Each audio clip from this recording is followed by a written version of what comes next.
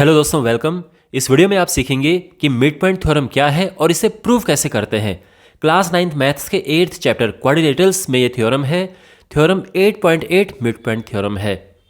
तो थ्योरम क्या कहती है? The line segment joining the mid points of two sides of a triangle is parallel to the third side. Proper way में मैं आपको समझाता हूँ आसान भाषा में। देखो, एक ट्रायंगल हमारे पास है, triangle ABC।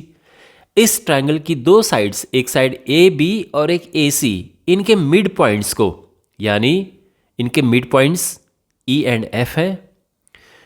In mid points को ज्वाइन अगर हम करें तो ये लाइन सेगमेंट हमने ड्रॉ किया। ये लाइन सेगमेंट क्या है? जो इसके मिड पॉइंट्स को, यानी जो दो साइड्स हैं उसके मिड पॉइंट को ज्वाइन करते हुए लाइन सेगमेंट हमने ड्रॉ किया। तो ये जो लाइन सेगमेंट है ये थर्ड साइड के पैरेलल होता है। ये मिड पॉइंट थ्योरम है। ओके, तो मिड पॉइंट थ्योरम क्या कहती है कि जो E है एंड F है, ये मिड पॉइंट है AB एंड AC के, और EF जो है ये BC के पैरेलल हो जाती है। तो इस तरह से मैंने यहाँ पे मिड पॉइंट थ्योरम लिख दी है आसान भाषा में कि if E and F are the mid points of AB and AC, तो AB का मिड पॉइंट E है, AC का मिड पॉइंट F है, उनको जब हम ज्वाइन कर देते हैं तो EF बनता है लाइन सेगमेंट। EF जो है वो BC के पैरेलल होता है। ये मिड पॉइंट थ्योरम है। इसका एक और रिजल्ट आता है, एक और रिजल्ट मिड पॉइंट थ्योरम का है कि जो EF है ये हाफ होता है BC के, यानी अगर ये 10 सेंटीमीटर है तो ये 5 सेंटीमीटर होगा। तो समझ गए ना आप? तो दो साइड के मिड पॉइंट को जब हम ज्वाइन करते हैं वो तीसरी साइड के पैरेलल हो जाती है, और साथ में जो हमने ज्वाइन किया लाइन सेगमेंट, उस लाइन सेगमेंट की लेंथ थर्ड साइड के हाफ होती है। तो यहाँ पे ये मिड पॉइंट थ्योरम मैंने आपको आसान भाषा में समझा दी है।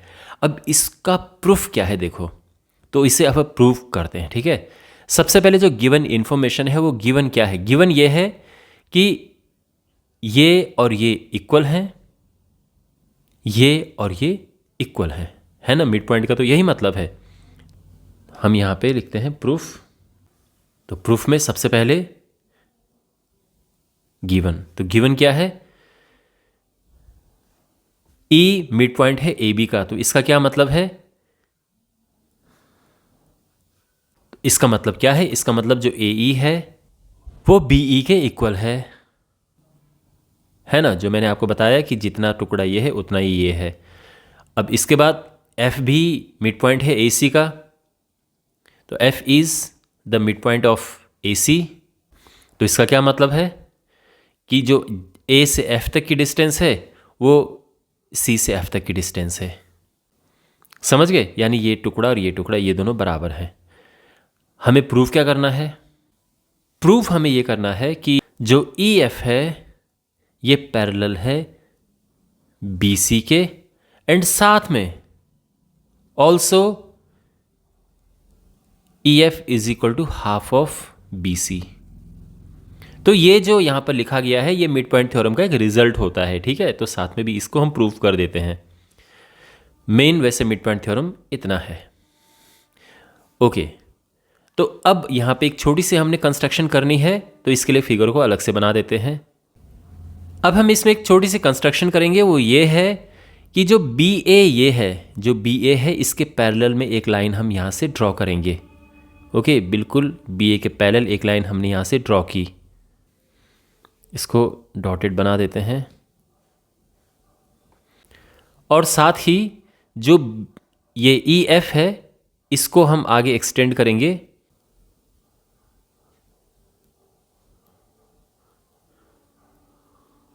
इसको भी डॉटेड बना देते हैं ये, और ये दोनों मिलते हैं इस पॉइंट पे, D पॉइंट पे मिलते हैं। तो ये समझ आ गया, ये हमने एक्स्ट्रा इसमें एक कंस्ट्रक्शन की है और इसकी हेल्प से हम इसको प्रूफ करेंगे फिर। तो ये ध्यान रखना कि हमने इसके पैरेलल ये ड्रॉ किया है, keep this in mind. Okay, ये दोनों पैरेलल हैं। हमने प्रूव वैसे ये करना है कि ये और ये पैरेलल हैं, EF is parallel to BC। अब ये प्रूफ कैसे करें? तो अगर हम समहाउ ये प्रूव कर दें कि जो ये जा रहा है BCDE, ये जो यहाँ पर क्वाड्रिलेटरल बन रहा है, अगर हम इसे पैरेललोग्राम प्रूफ कर दें तो पैरेललोग्राम में ऑपोजिट साइड पैरेलल होती हैं तो सीधे प्रूफ हो जाएगा। बट इसे पैरेललोग्राम प्रूफ कैसे करें? तो उसके लिए देखो माय फ्रेंड, यहाँ पे अगर हम ये और ये इक्वल प्रूफ कर दें तो ये पैरेललोग्राम प्रूफ हो जाएगा। क्यों? बिकॉज अगर हम किसी क्वाड्रिलेटरल में one pair of opposite side equal and parallel proof कर दें तो वो पैरेललोग्राम हो जाता है। केवल एक पेयर भी अगर हम इक्वल एंड पैरेलल कर दें, पैरेलल तो पहले से ही है, अगर हम इन्हें इक्वल कर दें तो ये पैरेललोग्राम प्रूफ हो जाएगा। तो अब हमारा पर्पस है कि हमने इसे और इसे इक्वल प्रूफ करना है।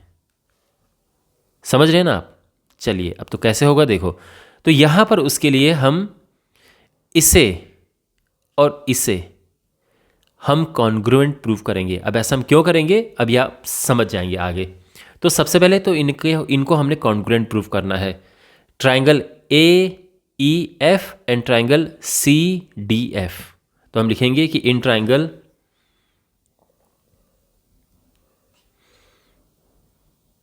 AEF and triangle CDF। अब इनको कॉन्ग्रुएंट कैसे प्रूफ करें? तो देखो ये तो गिवन है कि ये साइड और ये साइड इक्वल है, बिल्कुल। दूसरा, ये एंगल और ये एंगल इक्वल होते हैं, वर्टिकली ऑपोजिट एंगल्स। और तीसरा, ये एंगल और ये एंगल भी इक्वल है। क्यों? बिकॉज ये ऑल्टरनेट इंटीरियर एंगल्स हैं। बताया था ना, अगर ये दो पैरेलल लाइन ऐसी जा रही हैं, उनको ये ट्रांसवर्सल लाइन काट रही है, तो ये एंगल और ये एंगल इक्वल होते हैं, जिनको हम ऑल्टरनेट इंटीरियर एंगल्स कहते हैं। और इस तरह से ये एंगल साइड एंगल रूल से कॉन्ग्रुएंट प्रूफ हो जाएंगे। तो अब इसको लिखते हैं, angle EAF is equal to angle DCF। समझ आ रहा है ना कौन से दो एंगल्स की बात की जा रही है? अब ये क्यों इक्वल है? वही ऑल्टरनेट इंटीरियर एंगल्स। अब इसके बाद है जो पहला वाला ट्राइंगल है उसमें साइड AF दूसरे वाले ट्राइंगल की साइड CF की इक्वल है। क्यों? बिकॉज ये गिवन है, F mid point of AC है, तो हम सीधा लिख देते हैं कि ये गिवन है। और या फिर लिखो कि F is mid point of AC, बात एक ही है। और तीसरा है कि angle AFE is equal to angle CFD। क्यों ये इक्वल है? बिकॉज ये वर्टिकली ऑपोजिट एंगल्स है। तो therefore by angle side angle rule triangle AEF is congruent to triangle CDF। ठीक, कॉन्ग्रुएंट हो गए। ऑलराइट, तो अब इससे क्या फ़ायदा हुआ? इससे हमें ये मिला कि देयरफॉर हम ये कह सकते हैं कि AE is equal to CD। जो ये साइड है वो इसके इक्वल आ गई, और सिंपली किससे? CPCT से। ठीक है। अच्छा, अब ये क्यों इक्वल है? बिकॉज CPCT से CPCT क्या है कि इक्वल एंगल के सामने इक्वल साइड के सामने इक्वल एंगल। ये CPCT की आसान डेफिनेशन है, आसान एक आइडिया है। तो इक्वल एंगल है, उनके सामने की इक्वल ये साइड हो गई, तो ये इक्वल आ गए हैं। अब इससे क्या मिला? देखो, इससे हमें ये मिला कि देखो, सिंस हमें पता है ना कि AE और BE इक्वल है,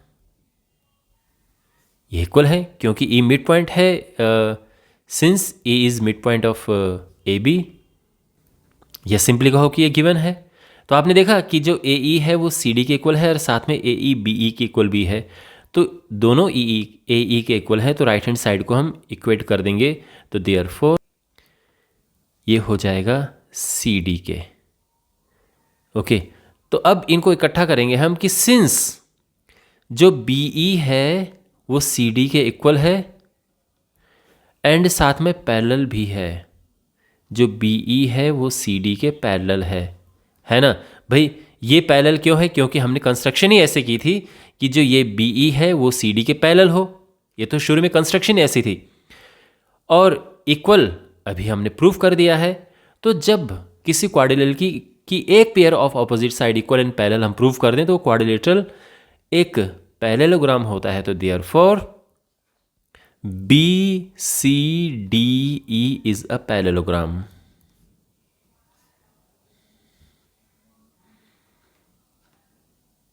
तो ये पैरेललोग्राम प्रूफ हो चुका है।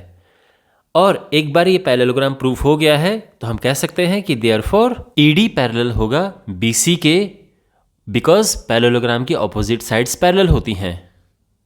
और हम ये कह सकते हैं कि जो EF है वो पैरेलल हो जाएगा BC के, हैंस प्रूव्ड। समझे ना? तो बिकॉज ये पैरेललोग्राम प्रूफ हो गया है तो ये साइड और ये साइड पैरेलल है।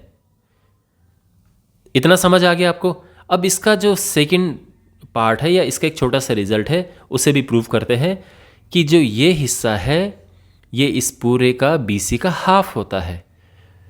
तो कैसे होगा? तो सिंपली सबसे पहले तो ये है कि जो EF है वो DF के इक्वल है, ये भी CPCT है। भाई ये पहला first triangle second triangle congruent हमने प्रूव कर दिए थे ना, तो CPCT से ये भी इक्वल हो जाएंगे क्योंकि दोनों इक्वल एंगल के सामने हैं। ये एंगल और ये एंगल इक्वल थे तो इनके सामने ये इक्वल साइड्स हैं तो ये इक्वल हो गए। सिंस ये EF एंड DF इक्वल हैं, यानी बिकॉज ये इक्वल हैं, तो हम ये कह सकते हैं कि EF ED का हाफ है ना? भाई मान लो कि अगर ये 5 हो गए तो पूरा 10 हो गया, तो E से लेके F तक जो है वो पूरे का हाफ हुआ ना। और ED की जगह पे हम क्या लिख सकते हैं? BC लिख सकते हैं। क्यों? बिकॉज वो इक्वल हैं। जो BC है वो ED के इक्वल है क्योंकि opposite sides of a parallelogram are equal, तो इसीलिए इक्वल हुए और ये भी प्रूफ हो गया है। तो इस तरह से मिड पॉइंट थ्योरम और उसका एक रिजल्ट प्रूफ हो चुका है। आई होप आपको ये अच्छे से समझ आया होगा।